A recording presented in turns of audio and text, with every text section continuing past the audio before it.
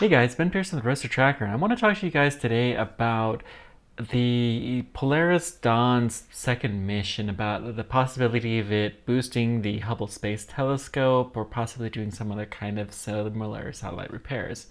And specifically, we're going to talk about some of the history of these types of repairs and what the repair may look like for the Hubble Space Telescope. In the early days, the only repairs that tended to happen for spacecraft were for spacecraft that were intended to host humans, space stations primarily. There are a number of examples of this. The US Skylab had EVAs that happened on the outside to fix various things on it. The Salyut 7 is perhaps the single greatest repair. The Salyut 7 spacecraft was the Soviet spacecraft that totally broke when it was on orbit, and they sent astronauts to go there and to get the thing running again, and they were able to do so despite not even having communication with the spacecraft. They couldn't even do their orientation. And of course, the International Space Station has had hundreds of EVAs that have done all sorts of things, having a couple every year, 4 to 6 per year, something like that. Although sometimes they have more, sometimes they have fewer. And as a result, they've been able to continue having that space station operational for 20 years in the very, very tight demands of having humans there. But there are a lot of other spacecraft, and I want to talk a lot more about the unmanned, no crew spacecrafts that have been fixed. The first spacecraft to ever be repaired on orbit was the Solar Maximum mission. You see, in the early days of it, it had its reaction wheels fail, and so they had to resort to magnet torquers. Magnet torquers are pretty great in that they will allow you to reorient the spacecraft without doing too much, but they aren't as specific in their pointing, and as a result, with having a lack of some of these reaction wheels, they couldn't point the spacecraft where they wanted to quite accurately enough to use all of the instruments, and the spacecraft was partially dead as a result of this. So they started looking at the options, and then they decided, hey, we have this space shuttle thing, why don't we send the space shuttle up there to go rescue it? And so they did just that. They launched a space shuttle there. They attempted to dock with the spacecraft, but they had something that was not on the diagram of the spacecraft that got in the way, and as a result, the satellite started spinning around wildly. But luckily, they were able to get control, and they were able to use the robotic arm to grab a hold of the spacecraft, pull it into the cargo bay where they were able to successfully fix it, and it went on to have a successful mission throughout the rest of the time. All of this happened because of some failed fuses, I should say, not because the reaction wheels, but as a result, they could only control it with a few reaction wheels and the magnet torquers. Of course, the most well-known servicing mission is the Hubble Space Telescope, which Polaris Dawn hopes to emulate some of it. They had a total of 5 missions to repair the telescope and to just replace things. It was designed with that in mind, that they could go and upgrade the instruments, and turned out to be a very good thing because, as is well known, the Hubble Space Telescope mirror was not quite the right shape, and as a result, the images were not in focus on the imaging plane, and they had to send some corrective lenses to be able to get everything to work correctly. Without the repair capability of the space shuttle, it would have been pretty much useless to be able to do any kind of real meaningful science. But as a result, Hubble Space Telescope has been invaluable in its ability to do this kind of stuff. One of the last things that happened with the last servicing mission is they installed a docking port, really just the soft capture thing. So they don't have the ability to, have a sealed docking like you would have with a space station where everything's airtight, because the Hubble Space Telescope is not airtight.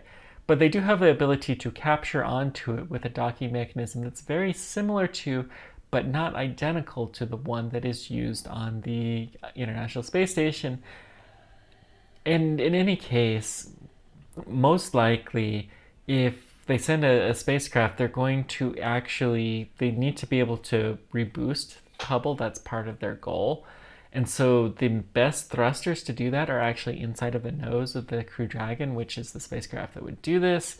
So they would actually put the docking port specifically made to dock with the Hubble Space Telescope in the service module. And then they would be able to dock with it, and they could still potentially do an EVA to do some very limited repairs. In my mind, most likely replace the batteries and the gyroscopes, which are kind of wear instruments on the Hubble, and they are starting to show their age. There have been some other notable efforts. The first one is DART, and no, it's not the DART spacecraft that hit the Didymoon, or Dimorphos, I think is its proper name, just a couple of weeks ago.